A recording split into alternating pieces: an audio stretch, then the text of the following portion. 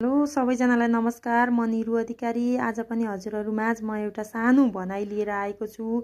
यो भनाइ चाहिँ मैले राजन शर्माको किताबबाट साभार गरेर हजुरहरुमाझ सुनाउँदै छु। यो चाहिँ समय सान्दर्भिक अथवा हामीलाई मिल्ने खालको हाम्रो परिस्थिति अनुसारको अथवा समय अनुसारको भनाइ भएको हुनाले मैले युट्युबमा हालेको छु। मेरो युट्युब च्यानलमा अन्त्यसम्म हेर्दै लाइक, कमेन्ट र सब्स्क्राइब गर्न नबिर्सिनु होला।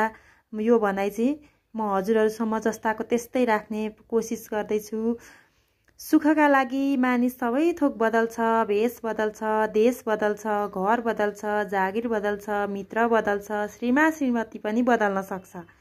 तर पनि खुसी हुन सक्दैन अथवा दुखी हुन्छ, किनकि ऊ आफू भित्रको स्वभाव र संसारलाई हेर्ने दृष्टिकोण बदल्न सक्दैन। आफ्नो भित्रको जस्तो छ हेराइ त्यस्तै नै हुँदै जान्छ।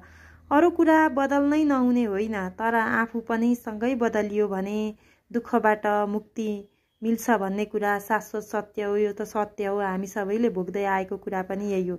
त्यसैले भनिन्छ सुखी रहन झोपडी बदलेर हुँदैन, खोपडी बदल्ने अभ्यासमा लाग्नुपर्छ। त्यसैले हाम्रो दिमाग बदल्नुपर्छ, हाम्रो सोचाइ बदल्नुपर्छ। हाम्रो मनदेखि जब सोचाइ बदल्छ त्यस पछाडि हामी सबै कुरा सुख र आनन्द प्राप्त गर्छौँ। हामी झुपडीमै बसौँ तर हाम्रो घर अथवा हामी शान्त छौँ, आनन्द प्राप्त भएको छ भने त्यो नै संसारको सबैभन्दा खुसी व्यक्ति हुन्छ।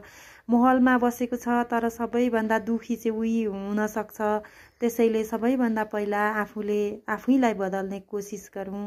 हस्त अन्तिमसम्म हेरिदिनु भएकोमा धेरै धेरै धन्यवाद हजुरहरूलाई।